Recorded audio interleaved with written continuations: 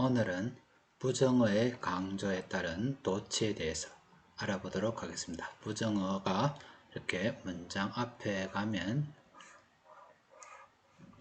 동사, 주어, 어순으로 도치가 일어나는 것입니다.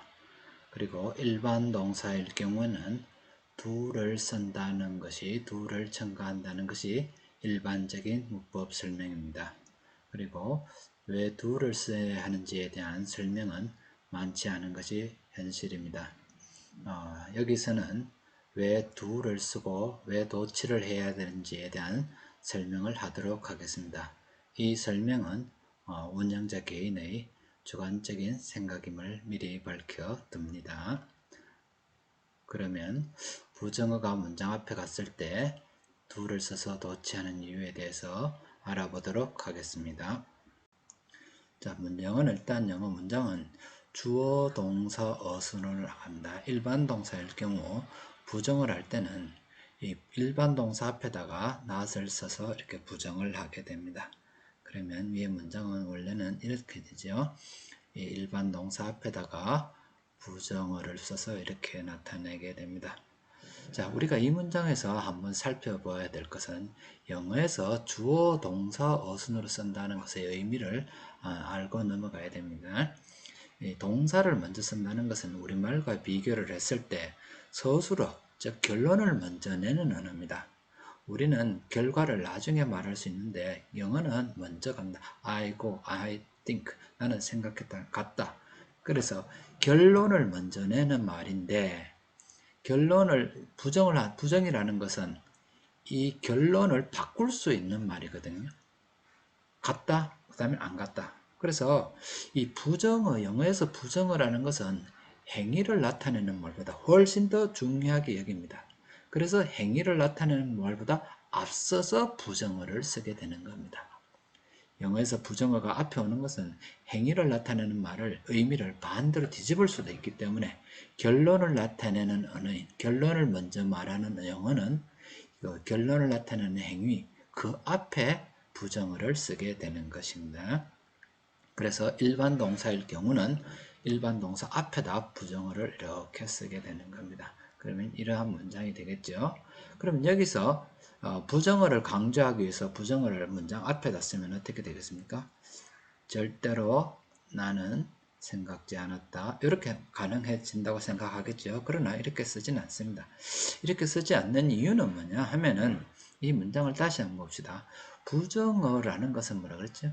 결과를 나타내는, 행위를 나타내는 말을 앞에 쓰는 거죠. 그래서 행위를 부정하는 것입니다.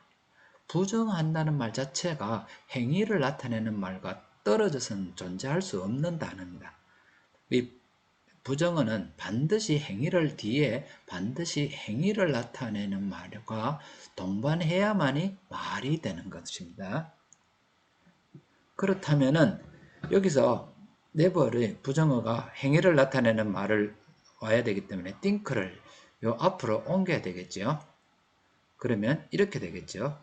절대로 생각하지 않았어. 여기는 문장이 되는데 문제는 뭐냐면 여 뒤에 이 명사를 설명하는 말이 없다라는 게 문제가 되는 겁니다. 이런저런 걸 떠나서 의미를 전달하는, 문법을 떠나서 의미를 전달하는 가장 핵심 기본은 뭐냐면 영어에서 명사를 쓰고 이 명사를 설명하는 말을 쓰는 것이 가장 기본입니다. 이기보다 더 기본은 없습니다. 언어라는 의미 전달하는 것인데 의미 전달하는 이 기본보다 더 중요한 것은 없습니다. 명사를 쓰고 그 뒤에 설명하는 말을 붙이는 게 가장 기본입니다.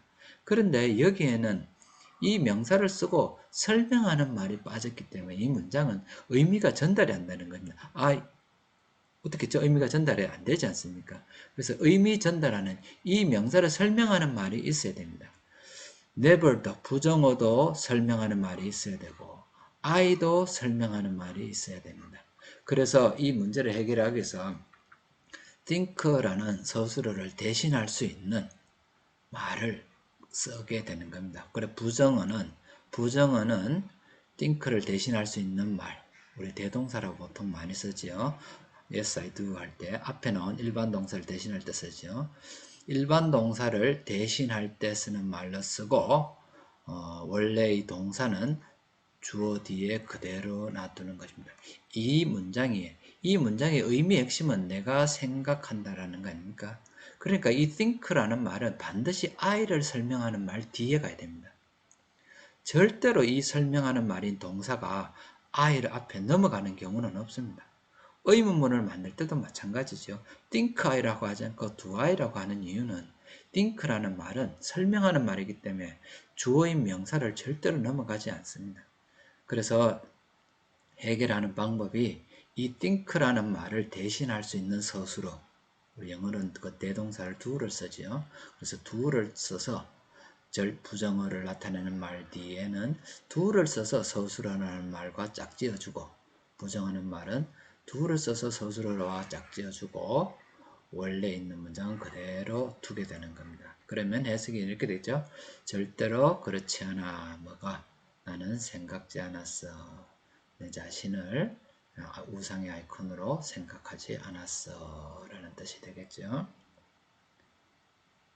이해가 됐습니까?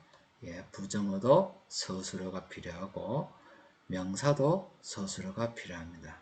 그래서 부정어를 문장 앞에 강조할 때는 이렇게 서술어가 되는 말을 꼭 써줘야 되는 것입니다.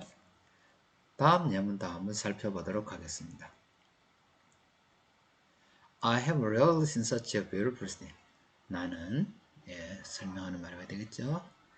본 적이 없어 그렇게 아름다운 장면을. 자, 여기서 가장 내가 주어를 설명하는 말 중에서 동사가 이렇게 두 개가 있네요. 그렇죠? 두 개 중에서 가장 핵심적인 의미를 갖고 있는 게 뭔지요? 이 아이를 설명할 수 있는 가장 핵심적인 말은 그런 장면을 본 적이 없다. 보다라는 말이 가장 중요하죠. 요거는 지금까지라는 말을 보다라는 의미를 보조해 주는 말이죠. 그렇죠? 지금까지 본 적이 없어. 현재 완료로서 현재까지라는 의미를 보조해 주는 말입니다. 그래서 이 부정어 역시 rarely 거의 뭐뭐 않다. 거의 뭐뭐 않다 뜻이죠. 거의 뭐뭐 않다. 부정하는 말이죠. 그래서 부정하는 말을 문장 앞에 이렇게 보내게 되면은 rarely라는 말을 이렇게 보내면 역시 이렇게 쓰면 안 되죠. 왜 그렇죠? 예. 부정하는 말하고는 반드시 뭐가 와야 되죠? 설명하는 말. 서술어하고 짝을 지어줘야만이 부정하는 말이 의미가 맞죠. 그래서 어떻게 써야 되겠습니까? 예, 이렇게 써야 되겠죠. 자, 서술어를 어떻게 썼느냐 하면은 여기서는 의미를 보조하는 말이 have가 하나 더 있죠. 그렇죠? have가 하나 더 있습니다. 그래서 I는 보다라는 말이 가장 핵심적인 말이니까 I를 설명하는 말로는 보다라는 말을 남겨두고 이 의미를 약간 보조해주는 요 말, 조동사라고 하면 되는가요? 의미를 보조해주는 말을 이 부정어하고 짝을 지어주게 되는 거죠. 그래서 절대로 지금까지 절대로 뭐뭐 않다. 거의 지금까지 뭐뭐 않아. 절대로 지금까지 그렇지 않아. 뭐 어떻지 않아? 나는 보지 않았어. 그렇게 아름다운 장면을. 이렇게 문장을 구성하게 되는 것입니다. 다시 말해서 이렇게 조동사가 의미를 핵심적으로 도와주는 말, 의미를 핵심을 갖고 있고 의미를 도와주는 말이 있을 때는 의미를 도와주는 말이 부정어하고 짝을 지어주면 무난하게 해결이 된다는 거죠. 즉 거의 지금까지 그렇지 않았어. 어떻지 않았어?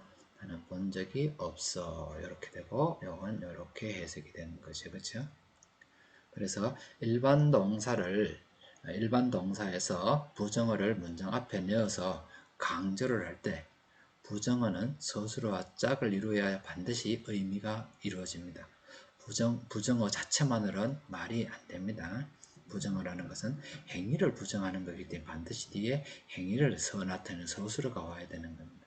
의미상으로. 그래서 부정어하고 서술어하고 같이 짝을 지어주고 다음에 문장의 주어는 이렇게 또 원래의 의미를 갖고 있는 서술어하고 쓰는 것입니다. 이상으로 부정어가 문장 앞에 보내어 강조를 할 때 do나 have와 같은 말이 오게 되어 결론적으로는 do치가 되는 이유를 살펴보았습니다. 이상입니다.